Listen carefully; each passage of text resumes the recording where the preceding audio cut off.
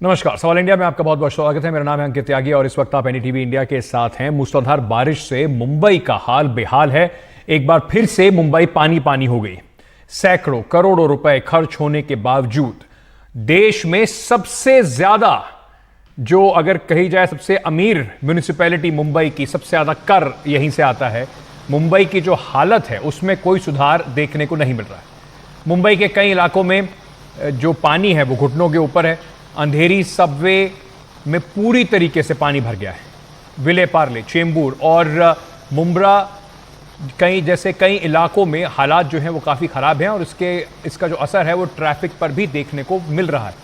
मुंबई में जुलाई का महीना बारिश के लिए रिकॉर्ड के साथ खत्म हो रहा है, लेकिन अभी तक जिस तरीके से 1505.5 मिलीमीटर बारिश हो चुकी है, इससे पहले पिछले साल में अगर बात करें तो 1771 मिलीमीटर बारिश का रिकॉर्ड बना था। अब मौसम विभाग ने मुंबई के लिए कल सुबह 8:30 बजे तक बारिश का रेड अलर्ट जारी किया है। इसके साथ ही ठाणे, पालघर, पुणे, कोल्हापुर, सतारा, रायगढ़ में भी ऑरेंज अलर्ट जारी किया गया है।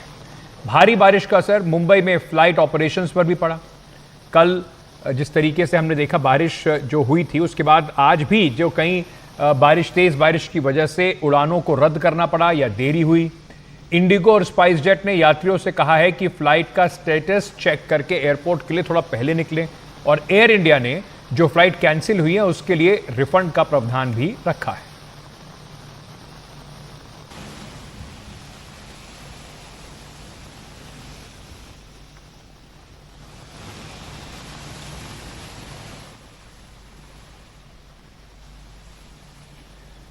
चलिए तो आपको बताते हैं, देश की आर्थिक राजधानी में हालात देखिए कितने खराब हैं। चेंबूर इलाके में पानी भरा हुआ है, लोगों को भारी मुश्किलों का सामना करना पड़ रहा है। वहीं अगर चेंबूर से आपको नवी मुंबई ले चलें तो नवी मुंबई में भी जो हालात हैं वो कुछ बेहतर नहीं है। चारों तरफ पानी भरा दिखाई पड़ रहा है और लोग बमुश्किल अपने घरों से निकल पा रहे हैं। उसके बाद शिल्पाटा रोड की ये तस्वीरें ज़रा देख लीजिए, जहां पर मुंबई में जो बारिश हो रही है, लगातार बारिश से हाल क्या हो गए हैं। गाड़ियां बिल्कुल पानी के अंदर डूबी दिखाई पड़ रही हैं। शिल्पाटा पुल पर जल भराव की स्थिति उत्पन्न हो गई है, जिसकी वजह से कई गाड़ियां सड़क पर फंस गई हैं।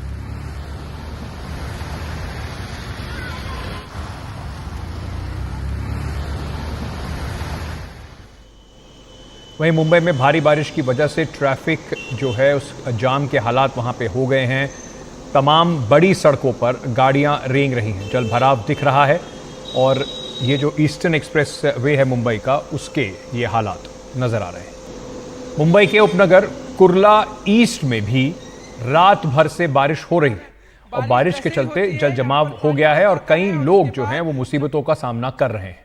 बीएमसी कर्मचारी पानी निकालने की हर मुमकिन कोशिश में लगे हैं। कुर्ला का पूरा हाल बता रहे हैं हमारे सहयोगी पारस दामा।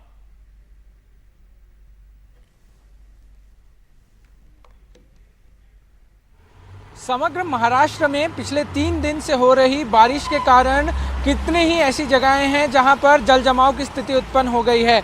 पुणे हो या बाकी के छोटी जगहें हो, वहां पर बारिश के कारण जल जमाव की स्थिति से जनजीवन पूर्ण तरीके से अस्त व्यस्त हो गया है।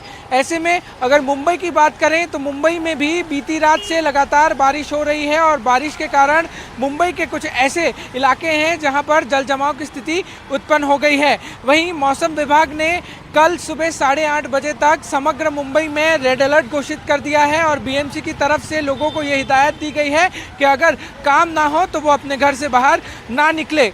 मुंबई के कुछ ऐसे निचले इलाके हैं जहां पर हर साल बारिश से जल जमाव की स्थिति उत्पन्न हो जाती है। मुंबई का कुर्ला ईस्ट इलाका, यहाँ भी हर साल जनजीवन अस्त व्यस्त हो जाता है बारिश के कारण।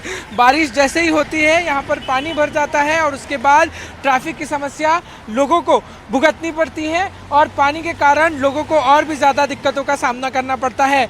यहाँ पर भी जल जमाव की स्थिति उत्पन्न हो गई है। बीएमसी के जितने भी लोग हैं वो यहाँ पहुँचे हैं और यहाँ पर पानी को निकालने की कोशिश की जा रही है। आप देखें तो वाहन जो है वो पानी के बीच में से ही दूसरे मार्ग पर जाने की कोशिश कर रहे हैं।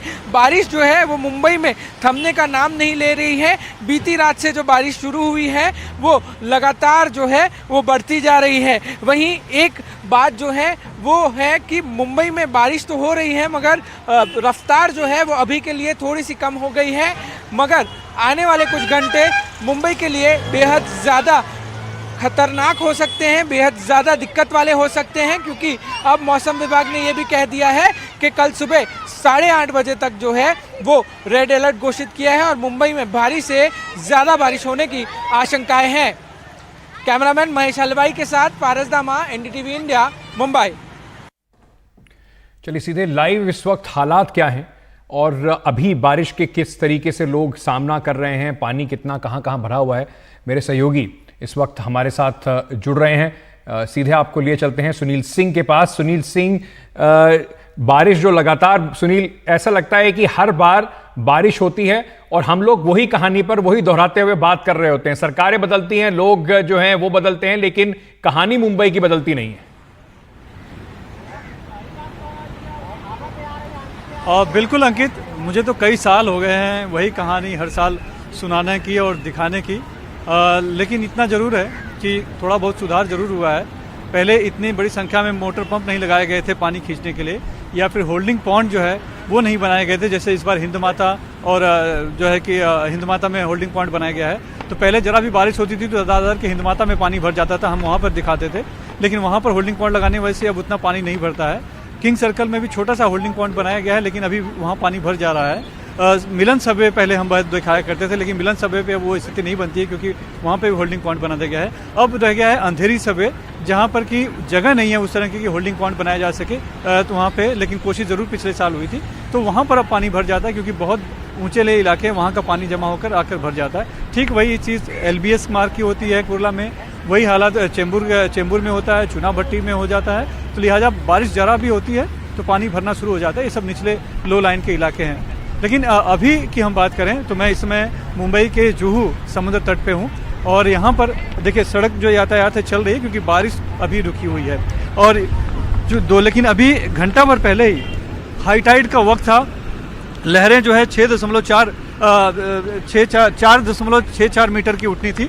तो लिहाजा देखिए समुंदर उफन रहा है और यहाँ पर जो है कि लाइफ गार्ड हैं, देखिए घूम रहे हैं, व्यवस्था की गई है। पुलिस बड़े संख्या पे यहाँ पर है, जो साफ सफाई की जा रही है। पुलिस की वैन है जिसका सहारा लेकर मैं फिलहाल हम यहाँ पर खड़े हैं क्योंकि बारिश हल्की सी बूंदाबांदी भी है और साथ में हवा तेज है, तो लिहाजा यहाँ पर हम खड़े हैं। तो लेकिन दर्शक अगर जो देखना चाहते हैं बारिश में, जैसे आपने पूरी तस्वीरें दिखाई मुंबई में कहाँ कहाँ मुंबई डूब रही है, लोगों को तकलीफ हो रही है, जो है कि ट्रैफिक जाम हो चुका है, लोग परेशान हैं। लेकिन ये वो जगह है जहाँ पर लोग इसका आनंद लेने के लिए आते हैं, लुत्फ लेने के लिए आते हैं। लिहाजा आप देखिए बड़ी संख्या में यहाँ पर आपको पूरे जुहू बीच के किनारे आपको लोग देखने को मिलेंगे जो कि समुद्र के लहरों का आनंद लेने के लिए यहाँ पर आए हैं। लेकिन चूंकि लहरें बड़ी उठ रही हैं, ये खतरनाक हो सकती हैं, इसके लिए पुलिस ने सभी को फिलहाल अंदर जाने से रोक रखा है। समंदर में नहीं जा सकते, यहाँ तक कि किनारे भी आने दिया जा रहा है। लिहाजा जो फुटपाथ है, फुटपाथ पर ही लोगों को रोका गया है। तो देखिए कोई भुट्टा खा रहा है, कोई मजा ले रहा है, कोई अपनी सेल्फी बना रहा है, कुछ लोग रील बना रहे हैं।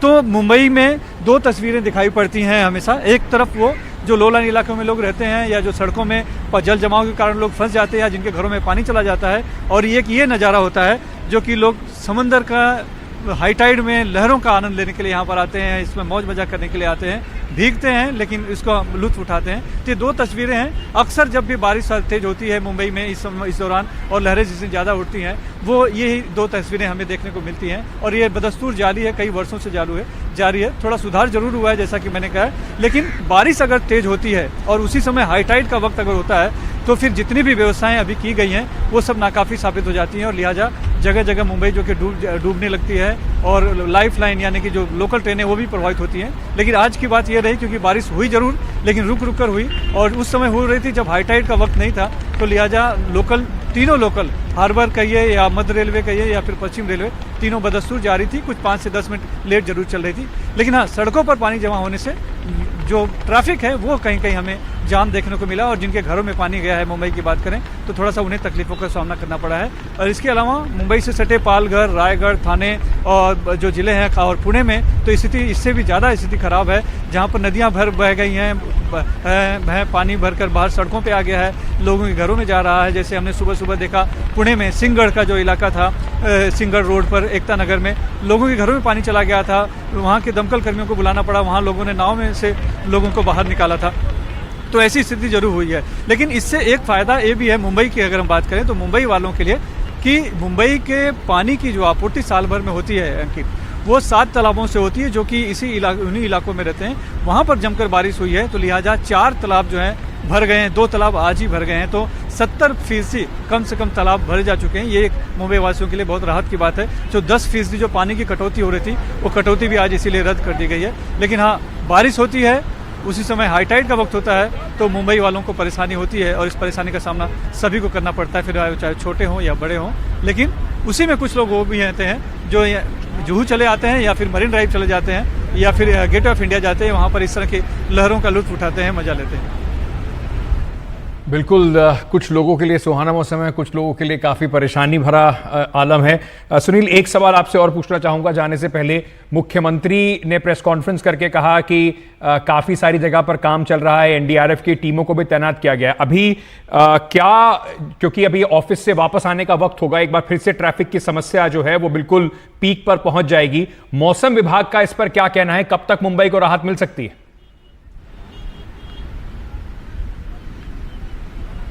देखिए, मौसम विभाग की कहानी तो और भी अलग है। हमारा मौसम विभाग जब चेतावनी जारी करता है तब बारिश नहीं होती है। अब लिहाजा देखिए, ये सुबह तक येलो अलर्ट में था, लेकिन फिर इसे दोपहर बाद जब बारिश बहुत तेज़ हुई, जब मैं अंदरी सभे पे था, एकदम पानी भर रहा था और अंदरी सभे बंद करना पड़ा था, तब उन्होंने रेड जारी किया था, रेड अलर्ट किया था। और जो रेड अलर्ट कर दिया गया है ये कल सुबह 8 बजे तक के लिए है, लेकिन उसके बाद से बारिश कम हो गई है, बहुत कम हो गई है। तो मौसम विभाग की चेतावनी जारी है। आसमान पे आपको बादल भी दिखाई पड़ रहे होंगे खूब, और बारिश भी रहकर हो रही है, लेकिन उतनी ज़्यादा और लगातार नहीं हो रही है जिससे कि बहुत ही ज़्यादा लोगों को परेशानी का सामना करना पड़े। रही बात लोगों की, ट्रैफिक, घरों से, दफ्तरों से लोग लौटेंगे। हाँ, दफ्तरों से शाम को लौटते वक्त जरूर, चूँकि एक साथ सभी लोग बड़ी तेज़ी से दक्षिण मुंबई से उत्तर मुंबई की तरफ आते हैं, उपनगरों में रहने वाले जो लोग हैं, तो सड़कें जाम हो जाती हैं और अब बारिश के समय में ज़्यादा ट्रैफिक का सामना करना पड़ता है। लेकिन ऐसे मौसम में मैंने देखा है कि बहुत से लोग जब ज़्यादा बारिश होती है तो बहुत से लोग दिन में पहले ही निकल जाते हैं। तो शायद चूंकि सुबह से बारिश हो रही है, लोगों को लगा है कि हो सकता है शाम को तकलीफें हो जाए, उठानी पड़ सकती है, तो कम गाड़ियां निकलें या तो फिर कम लोग सड़कों पे निकलें। तो उतनी भयावह तस्वीर अभी यहाँ पर नहीं है मुंबई में, जैसा कि हम कल्पना कर रहे थे हाई टाइड आने के पहले। लेकिन अब हाई टाइड का वक्त बीत चुका है, पानी अब धीरे धीरे समंदर में नीचे उतरना शुरू होगा। तो अगर बारिश होती भी है तो पानी जो है वो समंदर में चला जाएगा नालों के जरिए। तो उत्तर सिर्फ मुख्यमंत्री ही नहीं, मुख्यमंत्री के साथ साथ दोनों उप मुख्यमंत्री, अजीत पवार तो सुबह ही चले गए थे डिजास्टर मैनेजमेंट जो मंत्रालय में, वहाँ पर उन्होंने पूरी निगरानी रखी। लेकिन वो जो व्यवस्था एनडीआरएफ की बात की जा रही है वो है, जो जिले हैं जैसे ग्रामीण इलाके, जैसे कोल्हापुर में पंचगंगा नदी उफान पर है, खतरे की उस निशान से ऊपर बह रही है, तो वहाँ के आसपास के जो निचले इलाके जो पानी के जद में आ सकते हैं उनको खाली कराया जा रहा है। वहाँ पे एनडीआरएफ की टीम तैनात है। जैसे पुणे में हुआ, सुबह हमने देखा कैसे लोगों को निकालना पड़ा, वहाँ पे एनडीआरएफ की टीमें तैनात की गई हैं। पालघर में भी, वसई विरार में भी इसी तरह से पानी भरा हुआ था। एवर साइंस सिटी में पानी कई जगहों पर चला गया था, नाला नासुपारा भर गया था। तो ऐसे जगहों पर जो एनडीआरएफ की टीमें स्टैंड बाई हैं पहले से ही, रत्नागिरी जिले में है, रायगढ़ जिले में, कई जिलों पर है। वहाँ पर जहाँ उनको जरूरत पड़ रही है वहाँ पे से लोगों को पानी में से, जहाँ पे पानी, नदियों का पानी उफान कर, जैसे मुठा और मूला नदी का रायगढ़ का पानी है वो सड़क पर आ गया था, तो वहाँ के जो एक इलाका था जो पानी में डूबने जा रहा था, तो वहाँ के लोगों को घर नाव में बैठकर निकाला गया। तो इस तरह की कवायद लगातार जारी है और पहले से ही, इसीलिए एनडीआरएफ की टीमें हों या प्रशासन हो, अलर्ट मोड में रहता है। लेकिन जो एक्शन लिया जाता है वो बहुत ही आखिरी वक्त पे लिया जाता है। इसी वजह से हम देखते हैं कि फिर अचानक से स्थिति खराब हो जाती है। जैसे जो पुणे का जो पानी छोड़ा गया खड़कवासला डैम का, वो रात में छोड़ा गया बिना किसी को बताए, बिना किसी को अलर्ट किए, लिहाजा सुबह तक लोगों को पानी भर गया। लोग जब सुबह उठ के देखते हैं तो पानी भरा हुआ है। तो इस तरह की जो स्थिति है, ये जो है वो जो है थोड़ी सी कमी दिखती है प्रशासन में। बिल्कुल, बहुत बहुत शुक्रिया सुनील हमारे साथ जुड़ने के लिए। सिर्फ मुंबई में ही हालत महाराष्ट्र में खराब नहीं, महाराष्ट्र के पुणे में भी जबरदस्त बारिश से हालात खराब हैं। पुणे में लगभग 15 हाउसिंग सोसाइटी में बारिश का जो पानी है वो घुस गया है। वहां 4 लोगों की करंट लगने से मौत हो गई है। पुणे शहर में 4 अलग अलग जगहों पर 100 मिलीमीटर से ज़्यादा बारिश दर्ज की गई। पिंपरी चिंचवाड़ में स्कूल की छुट्टी कर दी गई है। पुणे के बीड़े ब्रिज भी बारिश से प्रभावित हुआ है। ब्रिज के नीचे पानी भरा हुआ है और आसपास के जो इलाके हैं वो जलमग्न हैं।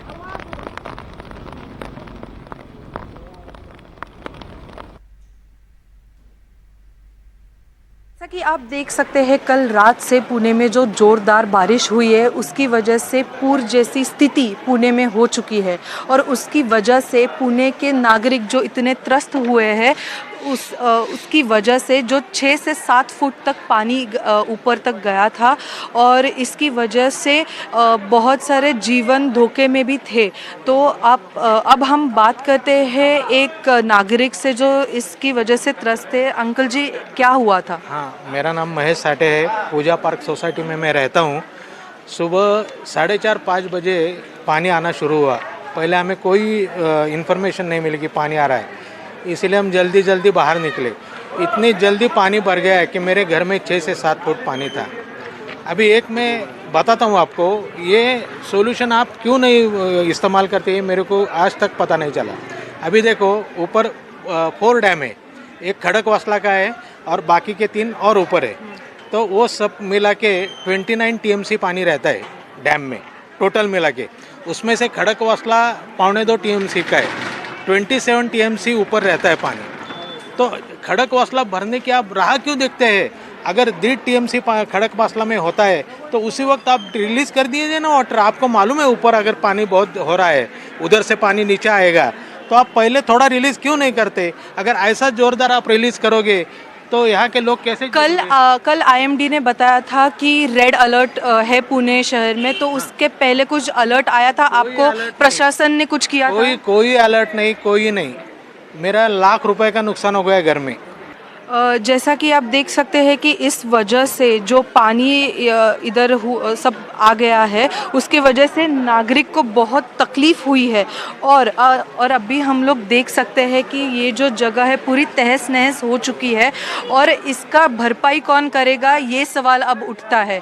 और अभी ये देखना बाकी है कि अगर बारिश ऐसे ही चलती रही तो कितना TMC पानी आएगा। अभी तक 60,000 से ज़्यादा क्यूसेक पानी खड़कवासला डैम से छोड़ा गया है और बाकी के जो 4 धरण हैं, वरसगांव, टेमघर, पानशेत और खड़कवासला में से बहुत सारा पानी छोड़ा गया है। और अब ये देखना महत्वपूर्ण रहेगा कि इसके आगे क्या एक्शन लिया जाएगा।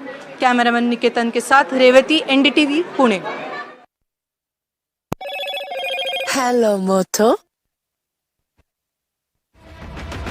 मोटोरोला, भारत का सबसे अच्छा 5G smartphone brand.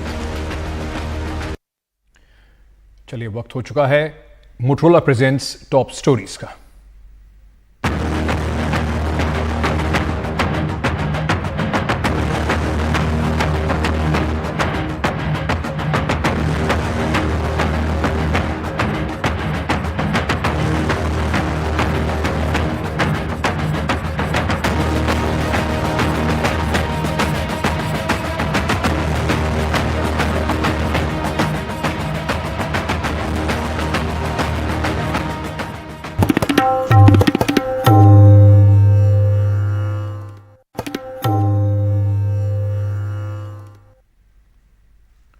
Rajasthan BJP के अध्यक्ष सीपी जोशी ने एक बार फिर अपने पद से इस्तीफे की पेशकश की है।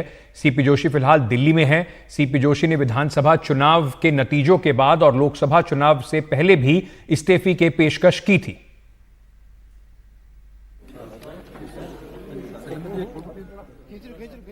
सीधे चलते हैं, हमारी सहयोगी हर्षा कुमारी सिंह इस वक्त हमारे साथ जुड़ रही हैं। हर्षा जी, सवाल अब बीजेपी के लोग भी पूछना शुरू कर देंगे, ऐसी क्या जल्दी है सीपी जोशी जी को अपना पद छोड़ने की? बार बार इस्तीफा लेकर तैयार रहते हैं।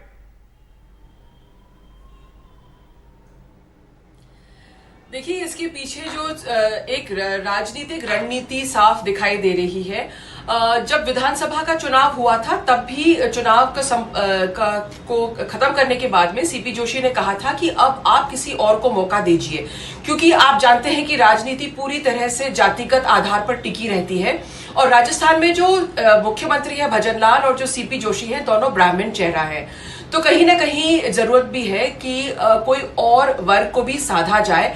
आप जानते हैं कि दिया कुमारी जो है राजपूत वर्ग से है, और जो हमारे दूसरे उप मुख्यमंत्री हैं बैरवा जी, वो एससी से हैं। किरोड़ी लाल मीणा पहले ही रिजाइन दे चुके हैं, तो जो ट्राइबल राजनीति है वो भी एक तरह से उबाल पे है। तो जो जातिगत राजनीति पे काफी कुछ टिका रहता है। राजस्थान में अब उपचुनाव भी होने हैं, क्योंकि 5 ऐसे एमएलएज हैं जो एमपी बन गए हैं, और ये बहुत चुनौतीपूर्वक चुनाव रहेंगे बीजेपी के लिए, क्योंकि एक तो नागौर में जो पूरा जाट बेल्ट एक तरह से भाजपा के खिलाफ गया था, फिर अगर आप बांसवाड़ा में देखें तो वो वाला जो चुनाव है वहां पर भारतीय आदिवासी पार्टी मोर्चा ले गया था, और दोनों कांग्रेस और बीजेपी को कुछ हाथ नहीं लगा। तो इस तरह से दौसा में भी आपने देखा कि किरोड़ी लाल मीणा ने कहा था कि वहां पर मैं बीजेपी को जीत दिलवाऊंगा, नहीं दिलवा पाए। फिर हरीश मीणा जो सवाई माधोपुर टोंक वाली सीट है उसको कांग्रेस ने जीत लिया है। तो ये जो उपचुनाव है ये बहुत ज्यादा जातिगत राजनीति पे टिका हुआ है, और कहीं ना कहीं अगर बीजेपी सीपी जोशी का अभी तो उन्होंने पेशकश की है, अगर उनका इस्तीफा एक्सेप्ट होता है तो बहुत क्लियर है कि वो कोई ओबीसी चेहरा को लेकर आएंगे, और ये उपचुनाव के मद्देनजर किया जाएगा। वैसे सीपी जोशी अभी से उपचुनाव के लिए काफी एक्टिव दिख रहे हैं। दौसा गए हैं, झुंझुनू गए हैं, नागौर गए हैं, जगह जगह दौरा कर रहे हैं, पार्लियामेंट भी अटेंड कर रहे हैं। लेकिन अगर उनका इस्तीफा एक्सेप्ट किया गया तो बीजेपी एक ओबीसी चेहरे को सामने लेके आएगी। सीपी जोशी ने बहुत इंपॉर्टेंट किरदार निभाया जब वसुंधरा फैक्शन और सतीश पूनिया का फैक्शन विधानसभा के पहले जब बीजेपी में जो खींचतान हो रही थी, तो तब बीजेपी सीपी जोशी को लेकर आए थे। सरल स्वभाव, एकदम सॉफ्ट स्पोकन है और सबको साथ लेके वो चलने वाले व्यक्ति हैं। उन्होंने कहीं ना कहीं एक बड़ी भूमिका निभाई भाजपा को यहाँ पर जिताने की विधानसभा के लिए, और अब लगता है कि टाइम आ गया है कि किसी और को वो जगह दे। बहुत बहुत शुक्रिया हर्षा जी हमारे साथ जुड़ने के लिए। आगे बढ़ते हैं और बात करते हैं नियम 267 की, जिसके तहत आज राज्यसभा में कोई नोटिस नहीं दिया गया। इस नियम के तहत सदन की कार्रवाई रोककर किसी अत्यंत आवश्यक मुद्दे पर चर्चा की मांग की जाती है। सभापति जगदीप धनखड़ ने सख्ती दिखाई थी और उन्होंने कहा था कि इस नियम का अपवाद के मामलों में ही प्रयोग होना चाहिए। पिछले 36 वर्षों में केवल 6 बार इस नियम के तहत चर्चा की अनुमति दी गई है। अखिलेश शर्मा हमारे सहयोगी इस वक्त हमारे साथ जुड़ रहे हैं। अखिलेश जी, जो डांट शायद पड़ी थी सभापति जी सभापति जी की राज्यसभा में विपक्ष को, उसका असर दिखाई पड़ रहा है? बिल्कुल उसी का असर था कि आज कोई भी नोटिस जो है नियम 267 के तहत नहीं दिया गया। ये नियम वो नियम है जिसके तहत सदन का पूरा काम रोक करके जिस भी विषय को सदस्य उठाना चाहता है उस पर चर्चा कराने की मांग करता है। तो ऐसे में ये जो सत्र शुरू हुआ है, लगातार हर दिन नोटिस दिए जा रहे थे, कभी नीट के मुद्दे को लेकर, कभी किसी अन्य मुद्दे को लेकर। इसको लेकर 24 तारीख को सभापति ने काफ़ी नाराज़गी जताई थी। उन्होंने डांटा भी था, एक तरह से आप कह सकते हैं। उन्होंने कहा था कि ये नियम कभी अपवाद स्वरूप ही इस्तेमाल होता है। अगर पिछले 36 साल का उदाहरण देखें तो केवल 6 बार नियम 267 के तहत जो उसको नोटिस को स्वीकार किया गया है। आखिरी बार जो 2016 में किया गया था, यानी इतने साल पहले, इतने साल से अब तक कोई भी एक बार भी नोटिस इसको स्वीकार नहीं किया गया। केवल लोकप्रियता हासिल करने के लिए ये नोटिस जो दे दिया जाता है, मीडिया में बता दिया जाता है कि उन्होंने नोटिस दिया है ताकि उस मुद्दे को प्रचार मिल सके। तो इसी को लेकर के सभापति ने स्पष्ट कहा था कि ये ऐसा चलन, इससे बचना चाहिए, और उसका असर भी हुआ है कि 267 के तहत जो नोटिस है आज कोई भी नोटिस नहीं दिया गया है। उन्होंने स्पष्ट किया था कि ये सत्र है ये केवल विधायी काम जो है और साथ ही जो वित्तीय कामकाज है उसके लिए बुलाया गया है और उसी को एजेंडे पर रखा गया है। उसके अलावा बार बार इस तरह का नोटिस देना ये ठीक नहीं है। बहुत बहुत शुक्रिया अखिलेश जी हमारे साथ जुड़ने के लिए। छोटा सा एक ब्रेक ले रहे हैं।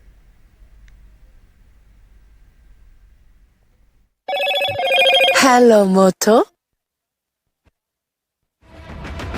मोटोरोला भारत का सबसे अच्छा 5G स्मार्टफोन ब्रांड। चलिए वक्त हो चुका है Motorola presents topic of the day का। भारी बारिश से फिर पानी पानी हुई मुंबई।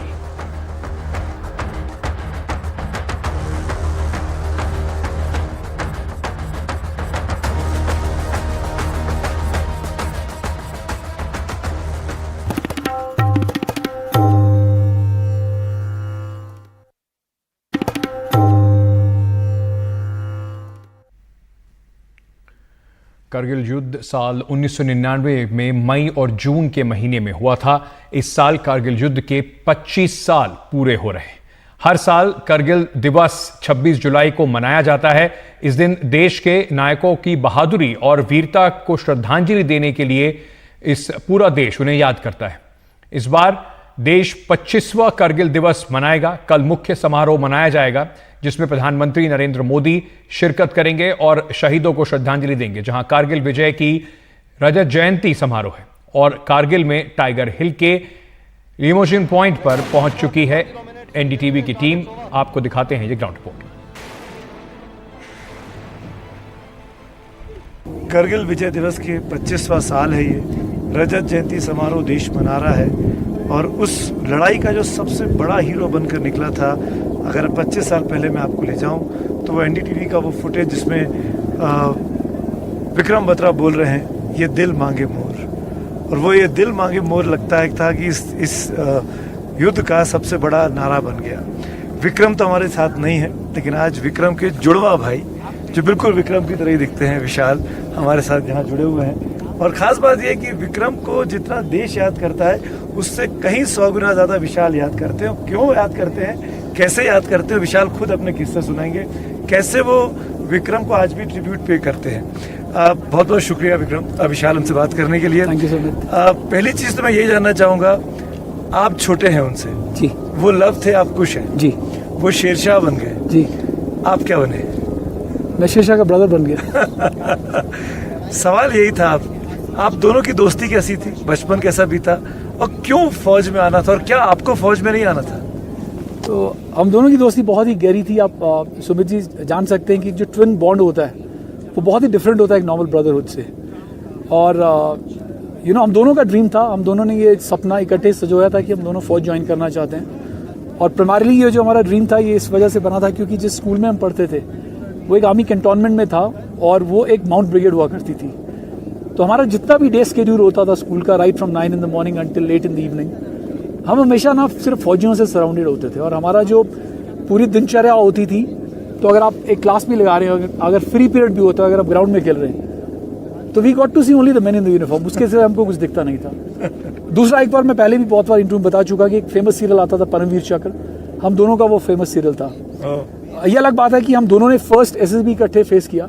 अच्छा। और विक्रम का सिलेक्शन फर्स्ट एसएसबी में ही हो गया था, इलाहाबाद सेंटर में हम दोनों एक साथ गए थे। Unfortunately I was not recommended. उसके बाद मैंने 2 बार और ट्राई किया, so I was not recommended by the service selection board for 3 times। तो जब मैं वापस देखता हूँ आज से 25 साल पहले, तो मुझे लगता है कि शायद मुकद्दर में ऐसा था, डेस्टिनी ऐसी थी कि वो चाहते थे कि ऊपर वाला खुदा चाहता था कि विक्रम एक शेरशाह बन जाए और उसकी लेगेसी कैरी फॉरवर्ड करने के लिए जो उसका दूसरा भाई है, जिसको आप शेरशाह के ब्रदर के नाम से भी जानते हैं और विशाल बत्रा के नाम से भी जानते हैं, वो कंटिन्यू करें। करेक्ट में शेरशाह कब बने? Shershah was the code name which was given to him, क्योंकि ऑफ कोर्स जो उनका फर्स्ट एम्बुश था पॉइंट 5140 जो उन्होंने 20 जुलाई 1999 को अंडरटेक किया था। और उनके कमांडिंग ऑफिसर हुआ करते थे lieutenant general Y K Joshi, then lieutenant colonel of course. तो सबको कोई ना कोई कोड नाम मिला था, किसी को संग्राम मिला था, किसी को चरक मिला था, किसी को शिवाजी मिला था। तो विक्रम को उनको कोड नेम शेरशाह दिया था। और वहीं से जब उन्होंने अपना सक्सेस सिग्नल दिया तो he became a Shershah for the country. Vikram के नाम पर 2 खास बातें हैं उस पूरी लड़ाई में। उस जो 1.5-2 महीने का करगिल वॉर चला, एक तो 5140 जिसके लिए उनको परमवीर चक्र मिला और 4 ही परमवीर चक्र हुए उस लड़ाई के दौरान, इसमें एक विक्रम के पास है। और दूसरा उनको जो बत्रा टॉप है अब .4875। आपने रिसेंटली 5140 पर आप खुद गए हैं, वो फुटेज हमने देखे, वो तस्वीरें जो आप ही ने हमको दी हैं वो देख रहे हैं। क्यों गए आप वहाँ, जाना क्यों जरूरी था आपके लिए? तो मैं आपको सुमित ये बताऊं कि मैंने तो देखो पहले बोला कि जैसे हम दोनों का ड्रीम था, फौजी बनना चाहता था। अनफॉर्चुनेटली वो पूरा नहीं हो पाया। तो somehow I been living the dream through my brother, right. And incidentally मैं जिस प्रोफेशन में हूँ, I work for a bank, जो मेरा प्रेजेंट प्रोफाइल है उसमें भी मैं जो पूरा पोर्टफोलियो मैनेज करता हूँ वो डिफेंस रिलेशनशिप्स के लिए करता हूँ। तो मेरा ये ड्रीम था कि मैं दोनों पीक्स में एक बार विजिट करना चाहता हूँ to see what Vikram has done for the country. तो मेरा सौभाग्य था, and of course it is thanks to the Indian army कि मेरे को वो अपॉर्चुनिटी मिली। तो इस साल हम दोनों 50 साल के होने वाले हैं। Another 45 days we both would have turn 50। जो मेरा विश्वास है वो था विक्रम तो हमेशा 25 साल के रहेंगे, because he died, he laid down his life for the country at the age of 25। तो ठीक है, मेरे आज ग्रे हेयर हैं, पर वो तो यूथ वो he will be as youthful as ever when he fought the Kargil war. ये दिल मांगे मोर, ये दिल मांगे मोर, राइट। तो मेरी बहुत तमन्ना थी कि मैं जो 50th बर्थडे ट्रिब्यूट है उनको वो 5140 पे देना चाहता हूँ, क्योंकि उस वक्त वो अलाइव थे। And I wanted to go and give a war cry there at the peak, at the top, ये दिल मांगे more at the same spot जहाँ पे उन्होंने बोला। मैंने वो किया, मैं गया और इसीलिए मैं 5140 क्लाइम किया। एंड विक्रम ऑफ कोर्स मेरे से थोड़े से ज़्यादा जिंदा दिल थे, और उनका लाइफ का एक मोटो मेरे को बहुत याद है। देखो ऑफ कोर्स उन्होंने ये बोला था एक नॉर्मल कन्वर्सेशन में एक फ्रेंड के साथ जब कारगिल युद्ध शुरू हुआ कि या तो मैं तिरंगा लहरा कर आऊँगा या तिरंगे में लिपट कर आऊँगा, लेकिन आऊँगा तिरंगे में, राइट। बट मुझे ये याद है कि जब हम स्कूल में होते थे, कॉलेज में होते थे, और वो बहुत गट्सी था, वो विक्रम ना बहुत गट्सी होता था। तो वो हमेशा बोलता था लिव लाइफ किंग साइज। वो मुझे अब याद आता है कि बेशक वो 24 साल की उम्र में चले गए, but he lived the life of a king. चलिए, अब वक्त हो चुका है। जैसे रोज़ आपसे एक सवाल पूछते हैं, उस सवाल का जवाब आप QR कोड को स्कैन करके NDTV को भेज सकते हैं। आज का जो सवाल है वो ये है कि पेरिस ओलंपिक में क्या भारत तोड़ेगा पदकों का रिकॉर्ड? आपको क्या लगता है? इसका जवाब आप QR कोड को स्कैन करके दे सकते हैं। पेरिस ओलंपिक खेलने गए भारतीय खिलाड़ियों से देशवासियों को बहुत उम्मीदें हैं, और देशवासी उम्मीद कर रहे हैं कि खिलाड़ी इस बार और ज्यादा पदक जीत कर लौटेंगे।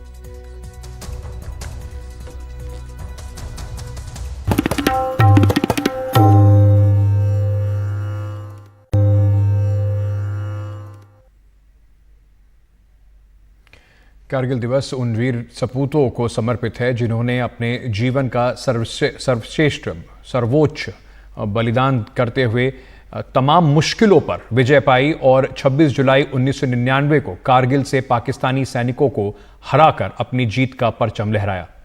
परमवीर चक्र विजेता ऑनरी कैप्टन योगेंद्र सिंह यादव से हमारे सहयोगी राजीव रंजन ने बातचीत की, आपको सुनवाते हैं। 25 साल पहले इन्हीं पहाड़ियों में युद्ध हुआ था और भारतीय सेना ने पाकिस्तानी सेना को मार भगाया था, और उस जंग के जो हीरो हमारे साथ हैं ऑनरी कैप्टन योगेंद्र सिंह यादव, यही टाइगर हिल है। बिल्कुल, ये टाइगर हिल है।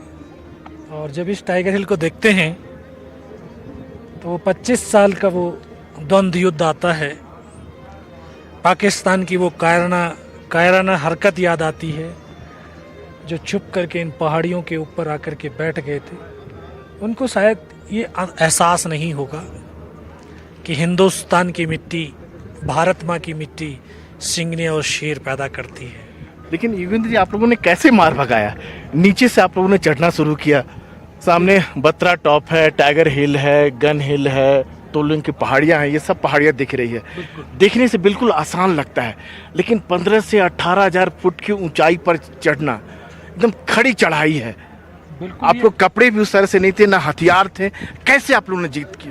वो जोश, जुनून और जज्बा था, वो भारत के हर एक नागरिक का इस हिंदुस्तान के सैनिकों के साथ में एक मॉरल सपोर्ट था। वो कंधे से कंधे मिला करके इन सैनिकों के साथ खड़े थे, तभी तो इन सैनिकों के कदम डगमगाए नहीं, बल्कि उनके पैरों के अंदर दुगनी जान, ताकत आई। और इन पहाड़ियों पे देखो, इस तरह से जहाँ आप ये रिज ऐसे जा रहा है जी, ऐसे इस नाले से ऐसे होते, क्योंकि वो वहाँ से सीधा देखता था। ये पूरा उसने डोमिनेट किया हुआ था। पूरा इस पूरे इलाके में बम्बारीमेंट था। पहले हम इस पहाड़ी पर लड़े 22 दिन तक। ये तोलुंग पहाड़ी पर, हाँ, ये तोलुंग पे 22 दिन लड़े। हाँ। मुझे याद है यहाँ पे एक टीवी टावर था यहाँ पे जी। उस टावर के ऊपर उन्होंने 2 दिन तक लगातार बम्बारमेंट किया। हम इस पहाड़ी से, इस रिज से ऐसे ऐसे ऊपर चढ़ते हुए जाते थे, और इस नाले के अंदर ही वो एक हेलीकॉप्टर हमारा जो है उसको गिराया था। तो ये तमाम वो पहाड़ियाँ हैं जहाँ पर हिंदुस्तान के सैनिकों ने अपने लहू से भारतीय सेना की जीत का एक स्वर्णिम अध्याय भारत के अध्याय में जोड़ा, और पूरी दुनिया को ये बताया कि ये 13,000 18,000 फुट पहाड़ियाँ नहीं, अगर 50,000 फुट पहाड़ियाँ भी के ऊपर भी दुश्मन हमारे को कोई अगर इस तरह से देखेगा और इस तरह से चढ़ करके बैठेगा, तो ये 50,000 फुट के ऊपर भी हिंदुस्तान के सैनिक मौत के घाट उतार सकते हैं। पाकिस्तान की गोली भी नहीं रोक पाए आप लोगों को? पाकिस्तान के पास इतनी ऐसी गोलियां नहीं हैं जितने हिंदुस्तान के पास सीने हैं। तो वो कितने ही गोलियां बरसाएं, लेकिन हिंदुस्तान के सीने कभी पीछे नहीं हटेंगे और वो अड़ते हुए चले जाएंगे। इन पहाड़ियों पर अगर आज भी पाकिस्तानी आ जाएं, सामने 5353 दिख रहा है, वो पाकिस्तानी एक टीस की तरह लगता है। वो लगता है कि मौका मिले तो फिर से वो लिया जाएगा। जब एक सही समय आएगा तो उनको वहाँ से भी धूल चुटाई जाएगी और वो भी वापस हम लेंगे उसको। और मौका मिले तो फिर से वो पहाड़ी पर जाएंगे लड़ने के लिए। बिल्कुल जाएंगे, बिल्कुल जाएंगे, बिल्कुल लड़ने के लिए तैयार हैं, आज भी तैयार हैं। कोई अगर उन चोटी पर अगर नजर उठा के देखे तो, अगर नजर उठा करके देखी तो धड़ पर सर नहीं मिलेगा। ये थे परमवीर चक्र विजेता ऑनरी कैप्टन जो हैं यज्ञेंद्र सिंह यादव, जो कह रहे हैं कि इन चोटियों पर आज भी कोई बुरी नजर उठा के देखेगा तो उसका धड़ नहीं बचेगा। कैमरामैन जेवियर थॉमस के साथ Rajiv Ranjan, NDTV India. Hello Motorola, Bharat का सबसे अच्छा 5G स्मार्टफोन ब्रांड।